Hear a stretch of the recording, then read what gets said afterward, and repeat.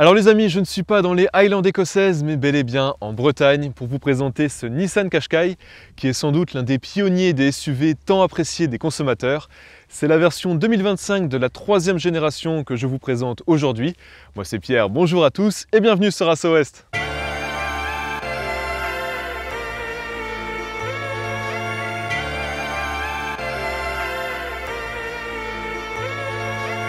Alors niveau look, pas de grand changement avec la première version de cette 3e génération sortie en 2021. Faut dire qu'il est plutôt réussi. Il y a quand même quelques modifications, notamment sur cette calandre avant qui est assez massive, avec cette sorte de relief. C'est à la mode en ce moment. Les phares sont divisés en deux parties avec le phare de jour en haut et principal en bas. Ces jantes sont également inédites, disponibles à partir de 17 pouces jusqu'aux 20 pouces. C'est les 20 pouces d'ailleurs que nous avons aujourd'hui. Vous avez toujours ce toit noir pour contraster avec la couleur de la carrosserie. Sur l'ancien modèle, les feux arrière étaient rouges, ils sont maintenant transparents, c'est plus moderne. Et cette partie basse du pare-choc a également été redessinée. Je n'aimais pas trop le gros morceau de plastique sur l'ancienne version. Honnêtement, j'ai toujours beaucoup aimé le look de toutes les générations de Qashqai. Il a un petit côté sportif, évidemment si on peut dire ça d'un SUV.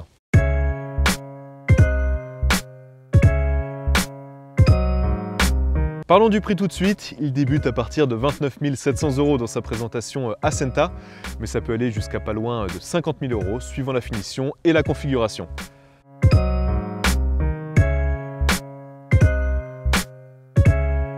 Passons maintenant à la découverte de l'habitacle de notre Qashqai 2025. La planche de bord, vous le voyez, a été complètement redessinée. J'adore la matière utilisée, c'est une sorte de fibre synthétique. Il y en a un petit peu partout, c'est très agréable au toucher. Mais comme tous ses concurrents, vous avez toujours ces plastiques rugueux juste en dessous. Ici, vous avez ce nouvel écran tactile qui fonctionne pas mal et qui propose toutes les fonctions de Google. Google Maps, l'assistant Google et le Play Store par exemple. Mais vous pouvez bien évidemment utiliser l'Apple CarPlay ou Android Auto. Alors je suis content qu'il n'ait pas enlevé les boutons physiques pour contrôler la climatisation. Pas de changement non plus concernant l'affichage numérique du conducteur, mais qui est toujours très pratique et facile à comprendre et à utiliser. On a davantage de confort dans ces nouveaux sièges, même si je n'ai jamais trouvé que les anciens Qashqai soient inconfortables. Et côté pratique, vous disposez toujours de rangement un peu partout avec des prises USB-C et le chargeur à induction pour votre téléphone juste là. Allez, passons à l'arrière.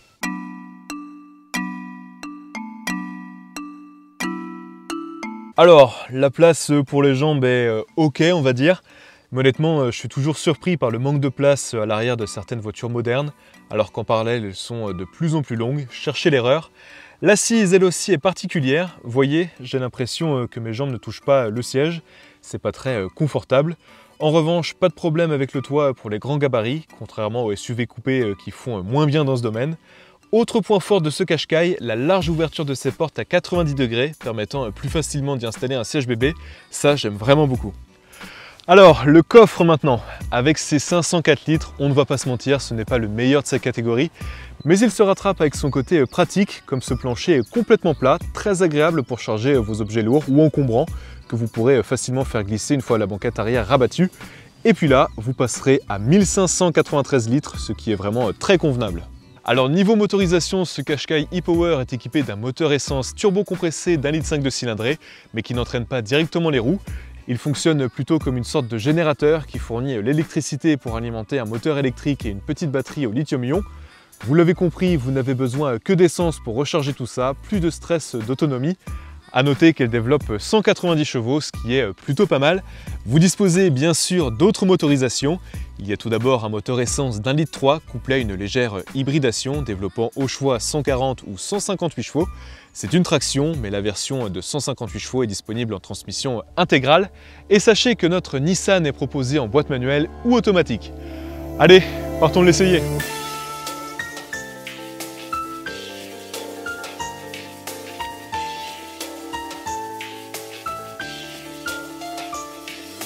Alors, je vous rappelle que notre modèle du jour est la motorisation e-Power développant 190 chevaux.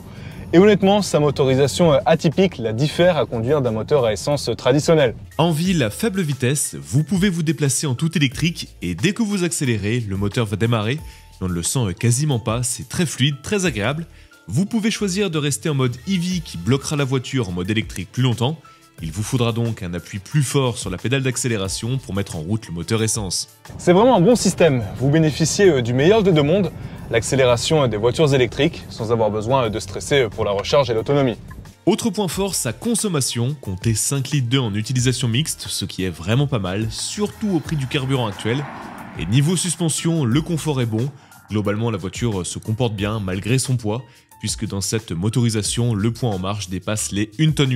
Cette motorisation dispose d'un freinage de régénération de la batterie, mais qui ne freine pas complètement la voiture. Impossible donc de conduire avec une seule pédale en permanence, et honnêtement, c'est un mode de freinage différent d'une voiture classique, il faut donc s'habituer au bon dosage avec le temps. Sinon, le rayon de braquage est très bon, tout comme la visibilité à bord, seul bémol, ce rétroviseur placé un peu bas qui peut gêner la visibilité. J'aime beaucoup ce petit bouton sur le volant qui permet d'activer ou non l'aide au maintien dans la voie sans avoir besoin de rentrer dans le système. C'est très rapide et pratique. Tout comme ce bouton caméra permettant d'accéder directement à la vue panoramique avec effet 3D pour que vous puissiez voir tout autour du véhicule ainsi qu'une vue aérienne. Il existe également une fonction de capot virtuel permettant de voir d'éventuels obstacles vers lesquels vous pourriez rouler.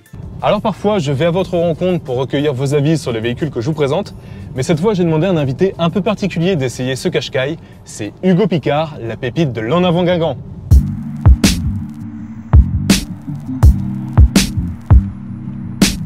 Originaire de Torfou et formé au FC Nantes, il rejoint l'En Avant Guingamp en 2019 pour compléter sa formation et signer finalement son premier contrat pro en 2023 à l'EAG. Milieu de terrain à l'origine, c'est finalement au poste d'ailier gauche qu'il est titularisé dans l'équipe. Hugo, bonjour. Bonjour. Alors Hugo, tu es bien évidemment footballeur. Exactement. On va parler de ta discipline après. Ouais. Mais avant, je voudrais parler un petit peu de voiture, car tu es aussi ambassadeur Nissan. C'est vrai, je suis ambassadeur depuis peu, donc je suis très content. Aujourd'hui, je roule en Nissan Juke, véhicule très sympa à conduire au quotidien. Ouais. Pour aller à l'entraînement, franchement, c'est top. Ça consomme pas beaucoup. Niveau conduite, c'est très fluide. Donc non, franchement, au quotidien, je me régale. Ouais. Alors tu as 21 ans, bientôt 22 si je me dis pas de bêtises. Exactement, le 9 mai. Le 9 mai, d'accord. Si je dis que tes qualités, c'est justement tes qualités de dribbleur, et ta capacité à percer les lignes. Ouais, c'est un peu le rôle que je suis sur le terrain. J'aime bien provoquer l'adversaire, ouais. Aller en 1 contre 1, faire des passes décisives, marquer. Petit ballon piqué vers... Oh, c'est parfait, de la part de Picard contre l'extérieur du pied. Picard encore qui va glisser ce ballon à Louvembo. Quel but de Taylor Louvembo. Et quel travail au départ du maestro guingampais Hugo Picard qui trouve Louvembo, qui ne se pose pas de questions et qui permet à Guingamp de faire la différence. D'accord. Faire mal aux adversaires, et c'est vraiment ce qui me fait prendre du plaisir sur le terrain, jouer avec mes coéquipiers. Ouais. Je suis quelqu'un qui joue avec le collectif, qui joue pas pour ma gueule entre guillemets. Donc non, c'est vrai, il faut le dire. Il y en a. Non, c'est vrai, t'as fait beaucoup de passes D. Ouais. Voilà, donc j'aime bien quand limite je préfère faire la passe D que le but. Donc ouais. Des fois on me le reproche, oui. Mais moi tant que je prends du plaisir sur le terrain, c'est ce qui compte. Donc voilà. Mais Hugo Picard, il est quand même incroyable le nombre de buts inscrits par Guingamp, où il est à l'initiative, peut-être pas sur la dernière passe, mais au moins sur l'avant-dernière, ou du mouvement collectif, c'est quand même incroyable. T'as fait beaucoup de passes D cette saison. T'as fait 3 passes D contre Annecy. Exactement. Et le 22 décembre, contre Caen, t'as fait une passe D plus un but. Exactement. Donc ouais, contre Annecy, c'était la première fois que ça m'arrivait. Mettre une triple passe décisive, c'est pas souvent. C'est clair, on voit pas ça tous les jours. Hein. Donc non, à la fin du match, ça fait kiffer. Ouais. Après, moi, je switch directement parce qu'il y a un peu d'euphorie, il y a un peu de trucs qui se passent à côté, mais moi, je regarde pas ça. Et puis, c'est vrai que je pense que le plus beau moment cette saison, c'était la victoire à la 90e contre Caen. C'est clair. T'allais de l'arracher, quoi. Exactement, à la 90e où je marque ce but qui nous qualifie directement pour le tour suivant en Coupe de France. Malheureusement, c'est fini la semaine dernière, mais c'était un beau parcours et très content de ce début de saison qu'on est en train d'effectuer. C'est bien joué. C'est bien joué. Sicily encore. Ciblé qui va trouver Picard. Picard qui a de l'espace. Picard qui va accélérer. Il est tout seul. Hugo Picard a fait basculer le match par son talent et partout, par sa technique, parce que c'est lui. 2-1 pour l'En Avant Guingamp. T'as pas passé un cap cette saison? On peut dire ça entre guillemets. L'année dernière, c'était plus une saison où j'alternais entre les titularisations et les rentrées en jeu. Ouais. Cette année, le staff me fait énormément confiance.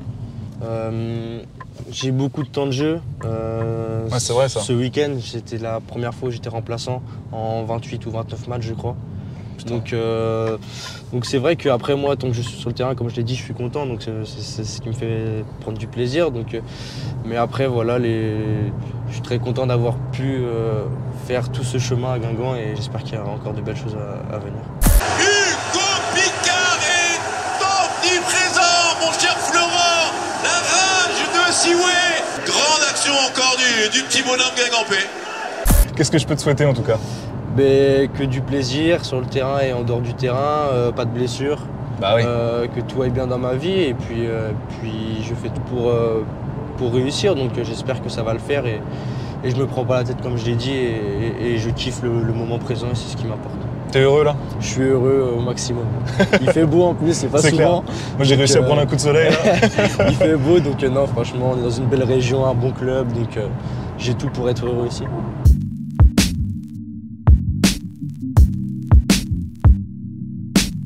Alors Hugo, avant de se quitter, nous voici au mythique stade du Roudrou. Alors comme tous les jeunes de ton âge, tu es forcément sur les réseaux sociaux et je sais que tu suis Valentin Lénard, Exactement. qui a 500 000 abonnés sur YouTube, Exactement. qui nous partage son quotidien de joueur en National 2 sur sa chaîne. Et j'ai demandé à Val de te poser une question sur ton métier de footballeur. Ok, Question qui est juste ici. pas de souci. Voilà. Salut Hugo, c'est Val, j'espère que tu vas bien. Déjà, je te fais cette petite vidéo pour te féliciter pour ta carrière, ton parcours et on va suivre ça de près. J'avais aussi une petite question à te poser. Là, actuellement, je suis en train de suivre une petite formation de préparateur mental en plus des QDF de ma carrière, etc. C'est quelque chose qui m'intéresse beaucoup. Et ma question, elle est un petit peu en rapport avec ça. Si tu te fixais aucune limite, quel serait ton objectif pour la suite de ta carrière, justement? Quel est ton rêve? Quels seraient tes prochains clubs? Je t'écoute, fais-nous kiffer. Parfait, tout d'abord, bonjour Val. Bonjour Val, écoute, pour être honnête avec toi, si je me fixais pas de limite, honnêtement, je pense que, comme tout joueur français, l'équipe de France, qui fait rêver énormément de monde, Ouais. si un jour j'ai l'opportunité d'y aller, ça serait un rêve de gosse, donc pourquoi pas. Après, comme je l'ai dit auparavant, je pense que le club qui me fait vibrer à l'heure d'aujourd'hui, c'est le FC Barcelone. Si j'ai l'opportunité aussi d'y jouer et de fouler le Camp Nou, ça serait aussi un rêve pour moi. Donc voilà, et puis m'éclater au quotidien, prendre du plaisir. Je sais qu'une carrière c'est court, donc faire année après année, et puis on verra comment ça se passe. Alors je sais que tu connais également la chaîne De Nuit Avec, Exactement. de Florian Gauthier, qui est venu d'ailleurs il n'y a pas si longtemps Oui, que ça. je l'ai rencontré effectivement. Mais oui, avec Baptiste Guillaume d'ailleurs. Exactement, ouais. Et en ce moment, il a fait d'ailleurs une incroyable vidéo avec Maxime Chanot. Je regarde toutes ces vidéos. Hier soir, j'ai regardé celle avec un boxeur ou un boxeur thaï ou je sais pas trop quoi. Ouais. Et il était à Bruxelles, donc j'ai regardé sa vidéo hier soir. Ouais, justement, c'est avec Maxime Chanot, tu sais, il était à Los Angeles. Ouais. Los Angeles avec Loris et Giroud. C'est tout. Ouais, j'ai regardé la vidéo aussi. Et il a aussi une question à te poser. Pas de souci. Hop. Salut Hugo, c'est Florian de la série De Nuit Avec. La question est la suivante. Si jamais on devait faire un épisode ensemble, qu'est-ce que tu nous ferais découvrir hors foot? Quelle est ta passion hors du foot? Qu'est-ce que tu nous ferais découvrir? Question un peu plus personnelle. Bon, merci beaucoup pour ta question. Écoute, ici, à Guingamp, honnêtement, j'aime bien passer du temps sur la côte, proche de la mer, la côte de Granit Rose notamment, Perros, Perros-Guirec, c'est super beau. Donc le week-end, j'aime bien aller me balader quand il fait beau et manger un petit restaurant. Donc je pense que je t'emmènerai faire un petit tour là-bas. Ouais. Et puis après, dans mon quotidien, je ne vais pas dire que j'ai une vie super enrichissante. Je fais des choses assez banales, ouais. Et un peu de... Je fais mes siestes les après-midi, un peu de play aussi. Je suis fan des jeux vidéo, donc je passe un petit peu de temps. Tu joues quoi, FIFA? FIFA, Call of Duty aussi, Ouais. beaucoup Call of avec mes potes, donc je passe un peu de temps là-dessus.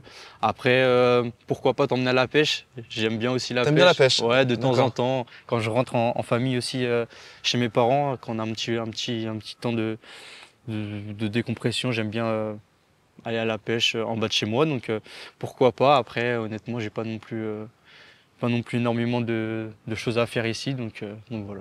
Comme tu le disais, c'était quelqu'un de simple en fait. Très simple, comme je suis quelqu'un de lambda, donc tu peux me croiser faire les courses comme tout le monde, donc non, j'ai une vie normale. Alors, avant de se quitter, j'ai un maillot à te montrer. Alors, c'est ce maillot. Hop, il y a un peu de vent. Est-ce que tu reconnais celui-là? Oui, je le reconnais.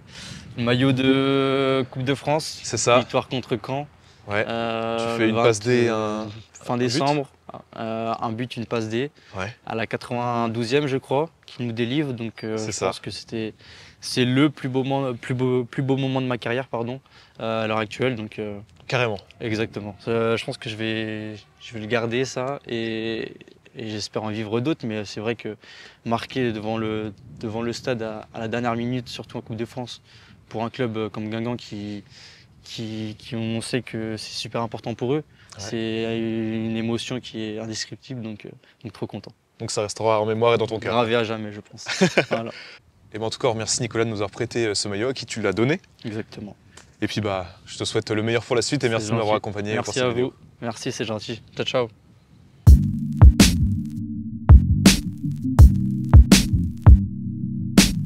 Alors que dire de ce Qashqai 2025? Déjà qu'il offre une fiscalité particulièrement intéressante aux entreprises et aux travailleurs indépendants grâce à sa motorisation atypique. Il s'adresse aussi bien évidemment aux particuliers qui seront séduits par sa faible consommation, sans oublier ses équipements offrant un bon rapport qualité-prix. C'est sans doute un véhicule à envisager si vous souhaitez renouveler votre SUV sans opter pour un véhicule 100% électrique. Merci d'avoir regardé cette vidéo, j'espère qu'elle vous aura plu. N'hésitez pas à vous abonner et moi je vous dis à très bientôt pour un nouvel essai.